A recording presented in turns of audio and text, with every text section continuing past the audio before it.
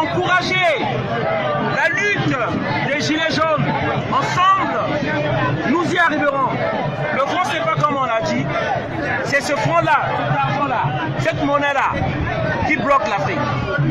Je vais rappeler dans le détail parce que je ne vais pas être longtemps. Avec les accords du franc CFA, qu'est-ce qu'ils ont fait? La France a exigé dans le compte d'opération que les pays africains doivent verser la totalité de leurs transactions, de leur argent dans les comptes d'opération. Et la France prend cet argent-là, il paye la dette avec cet argent-là. La dette de la France, on paye ça avec de l'argent africain. Il nous bloque les devises. Nous avons pourtant besoin des devises. Par exemple, lorsque nous vendons notre pétrole ou nos minéraux aux Américains, ils nous donnent le dollar. Les Américains ont besoin du dollar pour qu'on paye quelque chose chez les Américains. Là, ils ont besoin du dollar, ils ne connaissent pas le franc CFA. Si nous voulons acheter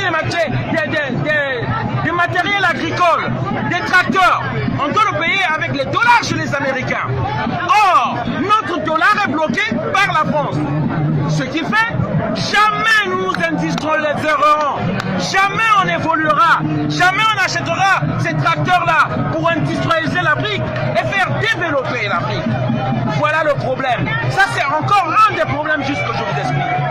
Le malheur de l'Afrique, c'est d'avoir croisé les dirigeants français sur leur chemin. Aimé Césaire, ça ne vient pas de moi. Voilà le message qu'on veut faire passer. Nous disons, on ne veut plus de cette monnaie.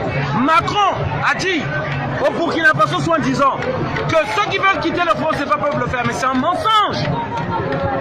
Tout chef africain qui va dénoncer le franc CFA sera tué, comme ils ont tué Thomas Sankara, comme ils ont tué Sylvanus Olympio, comme ils ont tué Barthélemy Bokanda. Tous nos leaders patriotiques sont tués. Tous ceux qui veulent faire développer l'Afrique sont tués. Et au Mali, ils disent qu'il y a un problème ethnique. Ils disent qu'il y a des terroristes là-bas pour justifier leur présence. Mensonge. Ce qu'on veut aujourd'hui, que l'armée française quitte nos pays. C'est simple. Ne venez plus vous mêler de nos histoires. On ne veut plus. C'est le message que je voulais faire passer. Bravo. Voilà. Monsieur Donald, il y a une question là. On soutient ce message. Comme on le dit sur notre banderole, le franc CFA et l'euro, c'est le même combat. C'est des banques centrales indépendantes qui imposent la politique des marchés financiers, du consensus de Washington au peuple du monde entier. Je vais vous lire quelque chose de Modibo Keïta. Modibo Keïta en 1962.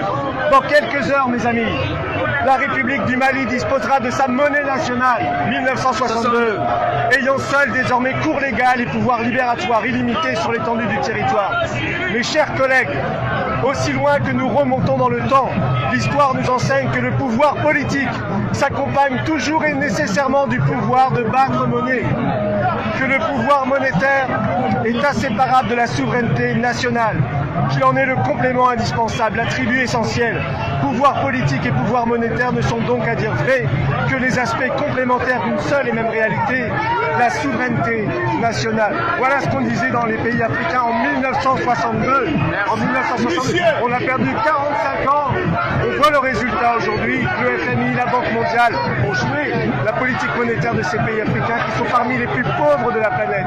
Et aujourd'hui, les massacres qu'on voit en Mali, qui sont horribles, 167 morts dans des conditions terribles, sont dus à cet héritage de la France-Afrique, sont dus aux guerres que nous avons fait en Libye.